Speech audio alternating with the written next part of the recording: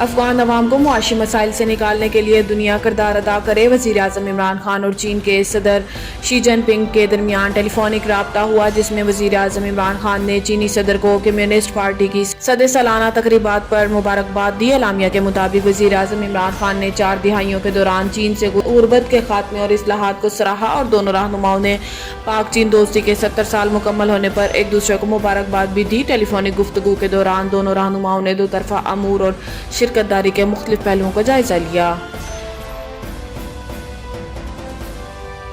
حکومت نے 3 ماہ میں مزید 3 ارب 10 کروڑ ڈالر قرض لے لیا۔ اقتصادی امور ڈویژن نے قرضوں سے متعلق تفصیلات جاری کر دی ہیں، جن میں بتایا گیا ہے کہ رواں مالی سال کے پہلے 3 ماہ میں پاکستان کو 17 ارب روپے کی گرانٹس موصول ہوئیں۔ حکومت نے باہمی معاہدوں کے تحت 7 کروڑ 59 لاکھ ڈالر اور ملٹری لٹرل مالی اداروں سے 1 ارب 56 کروڑ ڈالر قرض لیا ہے۔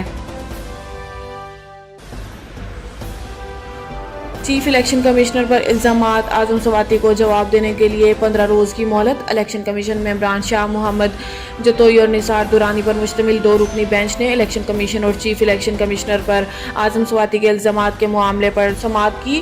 وزیر ریلوے اعظم سواتی ذاتی طور پر پیش ہوئے۔ وفاقی وزیر اعظم سواتی کے معاون وکیل نے الیکشن کمیشن سے استدعا کی کہ بیرسٹر علی ظفر اسلام آباد میں موجود نہیں، وہ اعظم سواتی کی جانب سے جواب داخل کریں گے۔ شوکاز نوٹس کا جواب دینے کے لیے 1 مہینے کا وقت دیا جائے۔ الیکشن کمیشن نے ریمارکس دیے کہ 1 مہینہ بہت زیادہ ہے، 15 دن کے اندر شوکاز نوٹس کا جواب دیں۔ الیکشن کمشنر نے سماعت 11 نومبر تک ملتوی کر دی ہے۔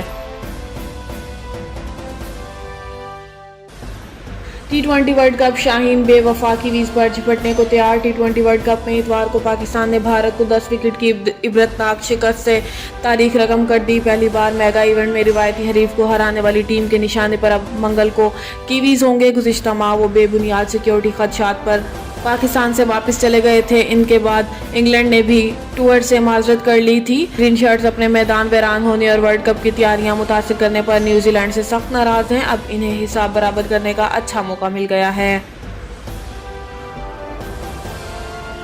9 سالہ بچی سے زیادتی اور قتل کے مجرموں کو 2 بار سزائے موت۔ ایڈیشنل ڈسٹرکٹ اینڈ سیشن جج راولپنڈی افضل مجوکا نے 9 سالہ زینب عمران سے زیادتی اور پھر اسے گلا دبا کر قتل کرنے سے متعلق کیس میں 2 مجرموں کو 2 بار سزائے موت اور 5-5 لاکھ روپے جرمانے کی سزا سنا دی۔